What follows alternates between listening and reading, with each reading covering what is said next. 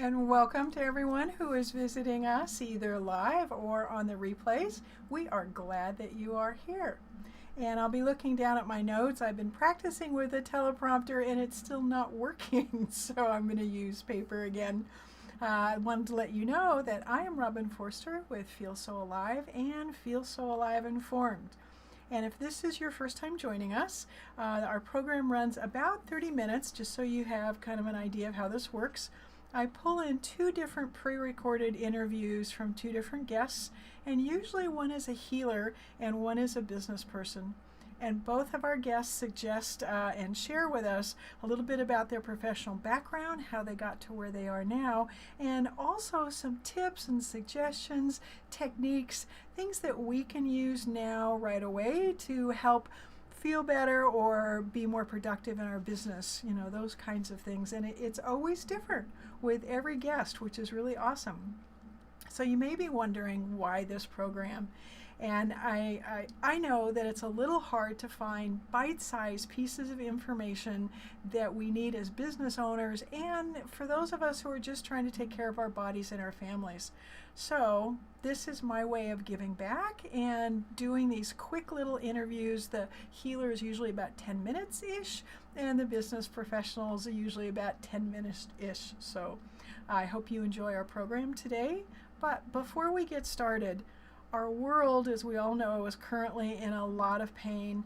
And would you join me in taking 30 seconds just to lower or close your eyes? And if you're driving and listening to this, please do it in a different way, okay? Be safe, that's the most important thing.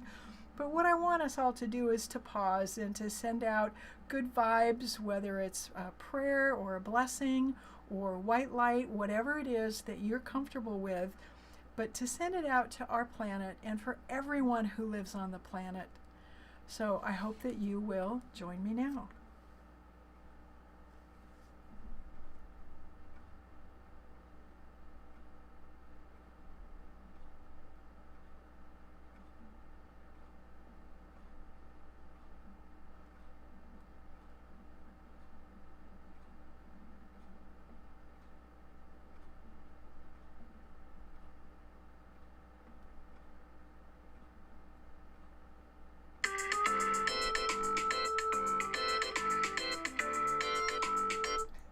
And that's our 30 seconds.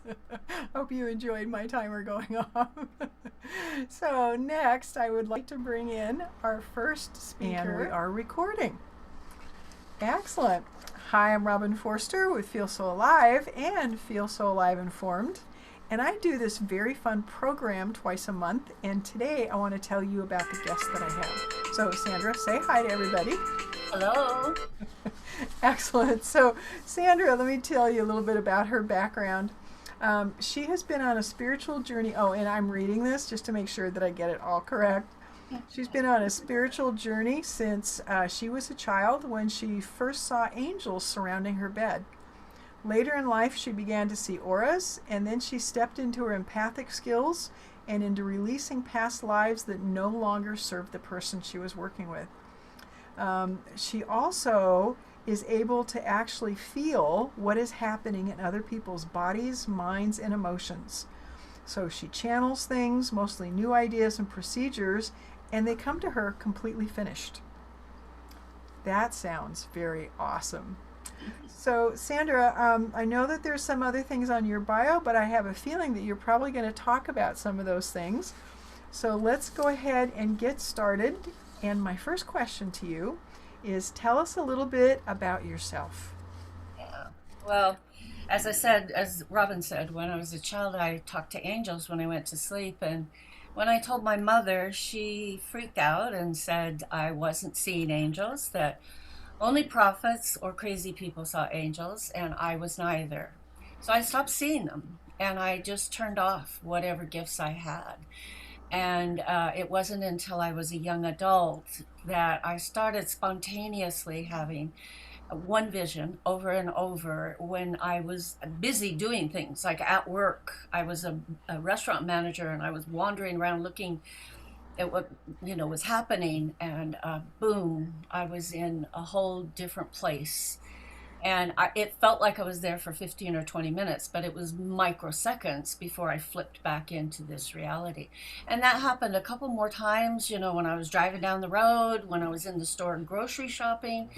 They weren't when I was meditating and suddenly had a vision. So that sent me on a quest to see if I was crazy or what.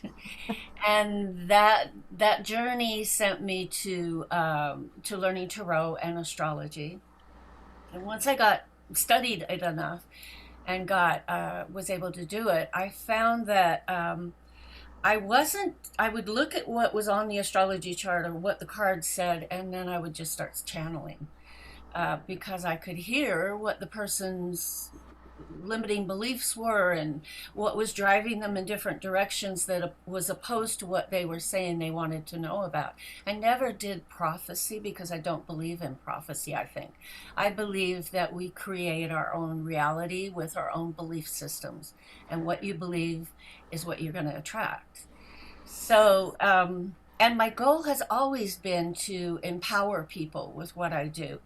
And when I found that people got stuck to me, like they couldn't make a decision until they checked with me to check the cards or astrology, I was unwilling to continue. So I stopped the astrology, and I occasionally will do it for friends or, if somebody refers me, but I stopped all of that and just started studying. And that's kind of where I went. I've studied a host of things, Reiki and Theta healing and Feng Shui and neuro-linguistic programming. And where I'm at right now is several months ago, maybe 6, 7, 8 months ago, I heard that it was time to integrate everything and come from a holistic place. And that's pretty much what I do with business management. So I've my background is 10 years working in different forms of business management at different companies. I've owned and operated 6 different companies. Only one of them failed. I got a master's degree and a teaching certificate, and I spent 23 years teaching at the university level. And finally retired, and I'm doing what I love. Oh, that's So, awesome. my business model and what I propose for people is a business model. And it works very nicely with healers, but it works with anyone in any business, whether you're making nails, or manufacturing nails, or you're painting houses, or whatever it is knowing what your spiritual values are. And for example, mine are uh, unconditional divine love, compassion, and integrity. And I also have a value of everything that I do adding value. How is it that I'm adding value? And whatever I'm doing, whether I'm giving a talk, whether I'm working with a client in a healing situation, regardless of where I'm at, how am I adding value to the situation? It is my belief that if people did that as a business model, we'd have a whole different world. And when I was teaching at the university level in business management, my students would always say, "That's not possible. That's fantasy." Because people don't operate off that. They operate off of greed, other. And I completely agree with them. I also would say that we really do attract what we most are, our beliefs and our actions. If we're walking our talk, we have a set of beliefs and we're walking our talk. That's what we're most going to attract. So while those greedy, dishonest people are out there, what I've discovered for myself as a businesswoman is that I attract people that have similar values to mine, that I can trust and that want to add value and do their best, and that, have really loving, warm hearts. So that's the business model that I try to help other healers work with. As healers, we have we're given a sacred right to really work with people, their whole psyches, their family history. They're placing themselves in our hands with trust. So I feel that it's even more important that we have a business model that matches that trust that they're giving us to help them with the issues that are in their life. Wow. Yes, that would be wonderful. So it kind of sounds like you're talking about heart-centered business model. Yes. And speaking of that and giving back value and looking at the time, what are some tips, some things that you can suggest to people to feel better? And maybe if you want to throw one or two quick little business tips in there, but mostly about healing and how do you come from your heart when you're trying to market or run a business or Right. Well, the business tips that I would give, two of them, I'll do that first and then I'll give the tip.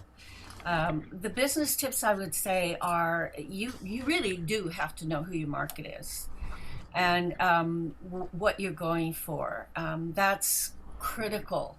And then you have to value yourself, what you bring to the table.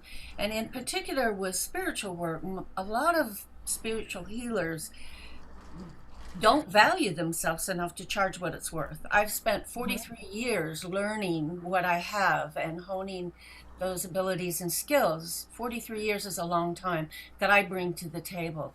So it's worth a lot. And so I look for customers that are ready to do the work and ready to make a commitment and ready to empower themselves with the tools that I give them and not put all the onus on me. So it's makes sense. knowing yourself, knowing your value, and knowing who your customer is and listening to that and giving them what they need. So that I think is crucial in any business at all times. Oh, that makes a lot of sense. And what are a couple of tips for those folks who are wanting to feel better? What is something that you can take home and apply? The main thing that I have been telling people for a long time now is breathe. And it sounds really silly to breathe, but we are in such a stressful point in our history. And but even before the pandemic and all the election nonsense, we lived a really high stress life. And stress causes illness. It causes unwellness in in our emotional body, our mental body, our physical bodies. So when you're in stress, you're in the sympathetic nervous system, and that your adrenals are going, your stress is going, and all you have to do is think thoughts to go into that sympathetic nerve system. So you can use the breath to take yourself into the parasympathetic, which is calmness. From Uh-huh. that state of calm and relaxation, you're better able to make better decisions, set your goals right, feel good, sleep better, eat better, all of those things. So it's really, really simple. I get up in the morning and I usually do 27 of them with my mala. But you don't have to do that many. And then whenever I'm feeling stressed of the day, I do three or four. And all it is fully breathing in for a count of four and then blowing and through your nose. So you breathe in and then you breathe out for eight through your mouth. And if you're not in public, I like to say ah and just relax and feel the tension really. And you do it continuously in a continuous sound. And you can do 2 4. And if it's daytime, I like to do 2 4 rather than 4 8. 4 8 will calm you down a lot and maybe want you to go take a nap. So you breathe in, two, out, 2 3 4, in, two, out, 2 3 4, and a lot slower. But you do continuous. And three or four during the day of those will relax you. In the morning, I do 27 just to make sure I'm approaching my day from a clear headed, relaxed place. And then sometimes, if it's safe, I'll do 12 during the day if I've gotten stressed. So it's Excellent. simple, it's free, and it works. Oh, that is excellent. And speaking of your day, I know that you have another appointment coming up. And so I would just like to thank you very much for your time and for sharing your tips, both business and breathing is such a key. It's just, I find myself sometimes standing at my desk almost holding my breath.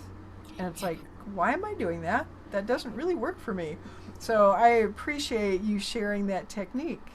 Thank you. Yeah, and thank you very much. You're And welcome. that was really fun. I enjoyed interviewing her, as you can tell. And Sandra, just to let y'all know, we met networking in Eugene, Oregon, and I've been enjoying learning more about her and getting to know her a little bit better. And the image in my mind of seeing angels around your bed when you're a child is just fascinating. I think that's pretty exciting that she's been doing this for 43 years. But next, I want to tell you about an event that's happening tonight. So let's go ahead and go to that slide. Excellent, it worked. I'm so excited. So what's happening tonight is that Thursday, January 14th. So if you're seeing this on the replay, know that that's the date, and it's at 6 p.m. That is Pacific time, 9 p.m. Eastern time. And Rick Seymour is the man who's putting this on, and he is a very, very successful businessman. He has been a super athlete, and he is talking about, and this is for men and all those people who care about men, the top 10 killers and the 95% that you have control over and what the simple fix is. And Rick is just amazing to listen to, so I hope that you all will come and join us. If you have any questions, I hope you can read this down at the bottom. It is a Zoom meeting. I've put the bit.ly link in here so that you can find it easily. And if that doesn't work, please feel free to get in touch with me, and I will give you the information. So moving on with our program. Our next guest is Cathy Goodwin, and she has a very unique business. I think you're going to enjoy this. She is a former marketing professor, and now she works with businesses. She is a strategic storyteller. And you know how sometimes we all try to tell our story and we're kind of missing the most important things and not really directed to our target audience. And she helps businesses do all of that so it comes out right. So let's listen to our interview with her. Here we go, and we are recording. Hi, I'm Robin Forster with Feel So Alive and Feel So Alive Informed. And my guest today is Cathy Goodwin. And Cathy, say hi. Hi. Excellent, thanks. And I'm going to share a little bit about Cathy's background, and then we're going to ask her some questions and have her share with us what she does and what we can do to be better business people. Okay, Cathy is a former marketing professor who has who has lived all over North America and believes that having and telling your story gives you, the business owner, a marketing advantage. And telling your story is foundational, and telling the right story for your unique services and offers can increase your marketing effectiveness 10 times when it resonates with your ideal audience. Oh, and I'm looking down if you're wondering what's going on because I want to make sure I get this correct, even though I'm making some mistakes. Cathy is currently retired from being a marketing professor and is enjoying working with businesses who want to tell their stories. She, along with her 2 adopted cats, who are not good storytellers, live and work in the Philadelphia area. So, Cathy, if you would tell us a little bit more about yourself. I just did a brief reading of your bio, but tell us a little bit more about yourself. Okay, well, thank you for the lovely introduction. I started online. I kind of left academia at a certain point. I've been teaching marketing for 20 some odd years, and I wanted to get my hands dirty and really get in there and do what I've been teaching. So I started with a career site because I've been passionate about careers, and I had just written a book on relocation that ties right into careers. That site is still open and does get clients. So to learn to market the site, I studied copywriting, and then people started asking me to help with their websites. And I I've been a writer all my life. I have a published book and that was published with a publishing company. I have several books on Amazon that I've written. I've written everything from humor columns to textbook chapters. So I really that well, copywriting was sort of a natural thing for me to be doing. So I got into that and people started asking me to do more. And now I do very little with careers. I'd say 95% of my work is on marketing consulting and copywriting. And I have, as you said, I am a former marketing professor. I am a published author and speaker and sometimes stand-up comedian. And as you said, I've lived all over North America, and now I'm here in Philadelphia, where we're having a blizzard right now with my two cats. Excellent. Great. Well, that really helps us to understand how you got drawn into where you are now. So that's pretty fun. Okay, so the next question, and you've kind of answered it, but you may want to tell us a little bit more about it, is how did you get drawn into the line of work that you got drawn into? And I think you did pretty good answering that, but then how has it benefited others? Well, I like to actually get into the question when I teach storytelling and I work with clients. One of the things I do is I like to turn the question into not how did you get started, but what makes you passionate about what you do. So I encourage my clients to turn their origin story into a passion story. And I'll tell you mine. I've been working with clients over the years, and I got so frustrated because they would spend all this time trying to move forward with their marketing, their branding, strengthening their message, and planning, identifying clients, all the challenges of marketing. And I began every copywriting project by asking clients to share 3 success stories. Once you get those 3 stories, the copy practically writes itself. And you're really on to what you're supposed to be doing. So I'd also done research when I was in academia. I'd done research and published on metaphors. So I was a natural for me to start looking into storytelling. And storytelling's hot, right? Everybody it talks about it. But I was not happy with what I saw in storytelling. One article title in a business magazine was Bedtime for Business. They were comparing business stories to bedtime stories. I mean, come on, if you think about it, why would you put your clients to sleep? You want to wake them up. You want to energize them. You don't tell them bedtime stories. And then people would come to me and say, well, my guru told me to tell about my mistakes, to be vulnerable, to share my misery. And I knew from my training, my experience, my research, that this advice was just plain wrong. I have a whole section in my storytelling courses, and just about all my courses, I cover this about why this is really bad advice and why being vulnerable almost always will backfire. There are very few people who can get away with telling a story about being vulnerable and have it work for them. So now when I work with business owners, I have a whole different approach to storytelling. It simplifies their marketing. It makes things so much easier. And what we do is we start with your strategy. We don't start with your story and with the arc of the story and the fairy tales. In fact, I have a whole thing on why Cinderella makes a lousy business story. So what I talk about now is we start with what is the challenge? What is the problem you're trying to solve? Maybe you want to differentiate yourself. Maybe you want to explain what you do and clarify because, the confused mind doesn't buy. So you want to end the confusion. And then your story fits your purpose. And that's really what I'm about.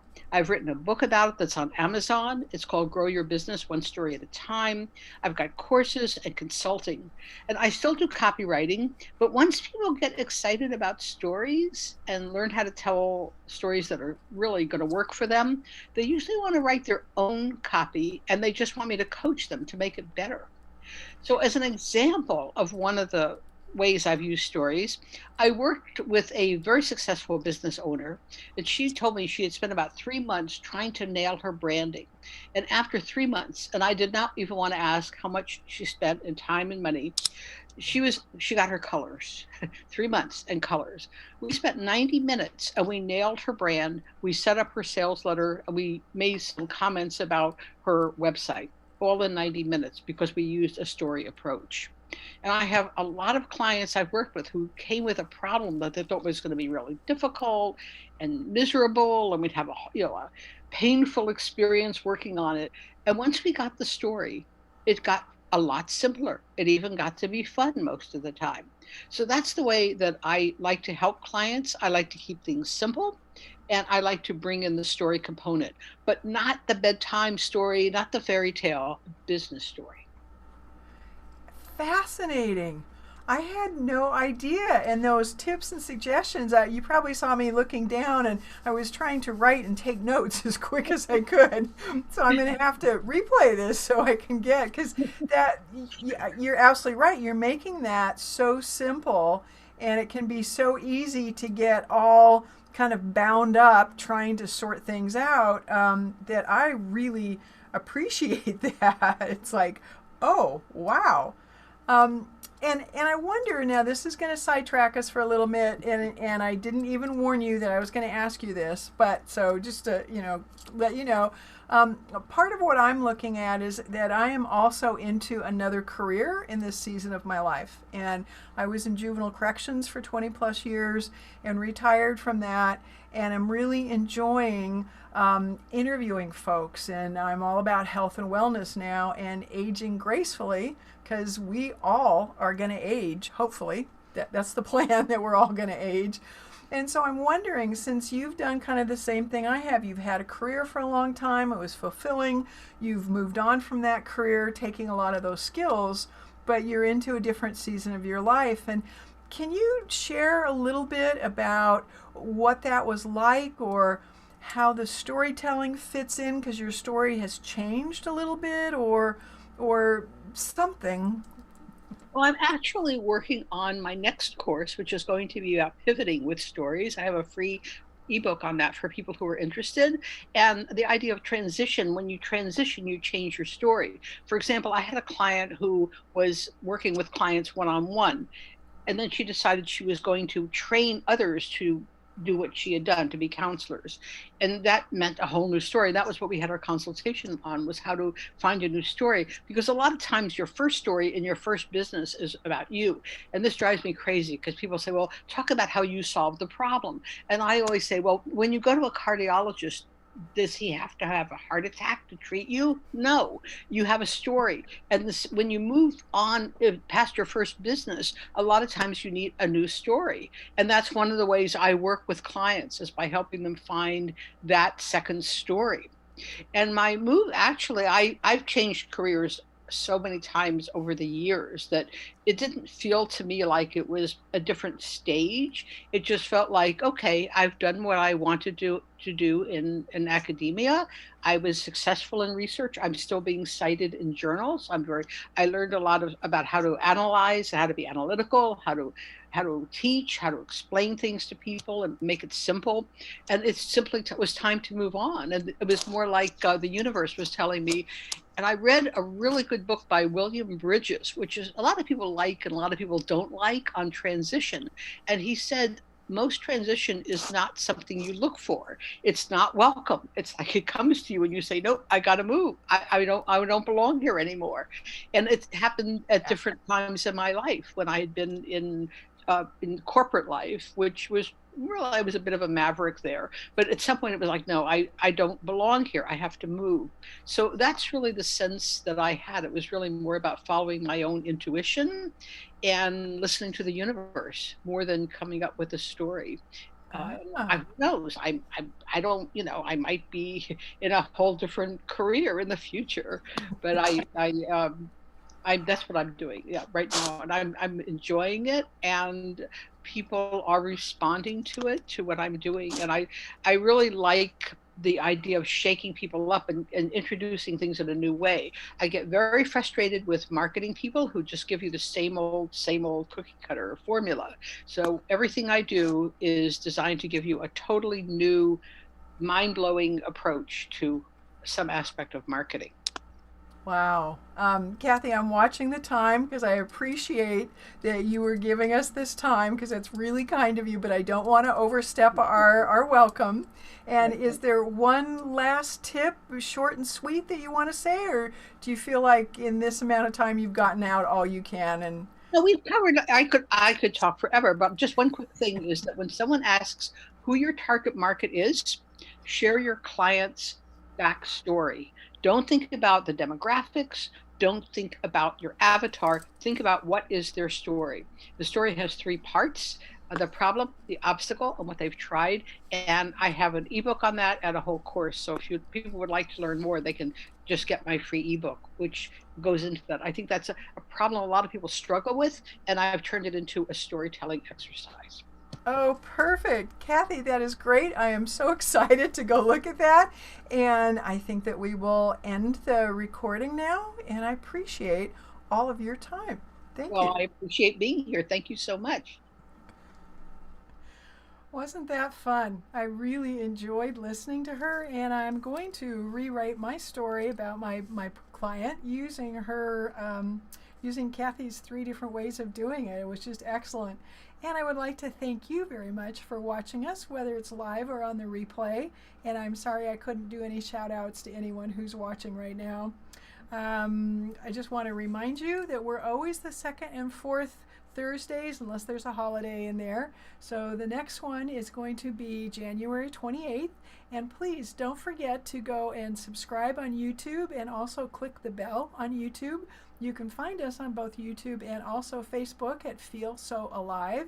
And the MKGP is an abbreviation for marketing group. So I hope that that doesn't throw you. And we look forward to you joining us next time. Thank you very much.